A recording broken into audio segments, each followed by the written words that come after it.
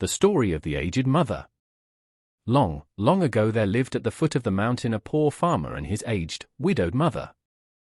They owned a bit of land which supplied them with food, and they were humble, peaceful, and happy. The province where they lived was called Shining. Shining was governed by a terrible leader. He was a warrior and hated anything that seemed weak or frail. One day, he issued a cruel proclamation. The entire province was given strict orders to immediately put to death all of the old people. Those were the days when the custom of abandoning old people to die was not uncommon. The poor farmer loved his aged mother dearly, and the order filled his heart with sadness. But no one ever thought twice about obeying the order of the governor. And so with many deep sighs, the youth prepared for what at that time was considered the kindest mode of death. At sundown, when his day's work was ended, the son took a quantity of unwhitened rice, which was the main food of the poor. He cooked and dried it, and tied it in a square cloth. He swung the bundle around his neck along with a gourd filled with cool, sweet water. Then he lifted his helpless old mother to his back and started on his long, painful journey up the mountain. The road was long and steep. It was crossed and recrossed by many paths made by the hunters and woodcutters. One path or another, it mattered not to the young man, as long as he went up. On he went, ever upward towards the high bare top of what is known as Obatsulama, the mountain of abandoning the aged. The eyes of the old mother were not so dim but that they noted the reckless hastening from one path to another. Her loving heart grew anxious.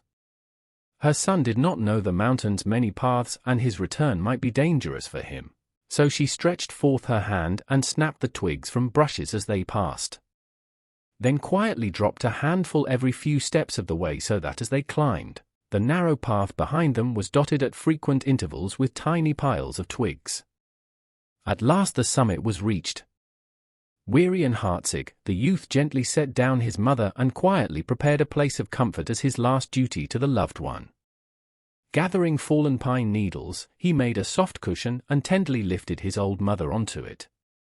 He wrapped her padded coat more closely about the stooping shoulders, and with tearful eyes and an aching heart he said farewell. The trembling mother's voice was full of unselfish love as she gave her last advice. "The mountain road is full of dangers, my son," she said. "Look carefully and follow the path that tracks the piles of twigs. They will guide you down." The son's surprised eyes looked back over the path, then at the poor old, shriveled hands all scratched and soiled by their work of love. His heart broke. Bowing to the ground, the son cried out, "Oh, honorable mother, your kindness breaks my heart. I will not leave you. Together we will follow the path of twigs, and together we will die." Once more he carried her. How light she seemed now! And hastened down the path, through the shadows and the moonlight, to the little hut in the valley. Beneath the kitchen floor was a walled closet for food, which was covered and hidden from view.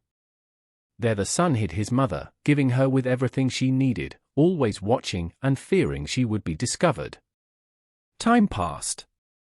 He was beginning to feel safe when again the governor sent forth heralds bearing an unreasonable order, seemingly as a boast of his power. His demand was that his subjects should present him with a rope of ashes. The entire province trembled with dread. The order must be obeyed, yet who in all Shining could make a rope of ashes? One night, in great distress, the son whispered the news to his hidden mother. "Wait," she said. "I will think. I will think." On the second day, she told him what to do. "Make rope of twisted straw," she said. "Then stretch it upon a row of flat stones and burn it on a windless night."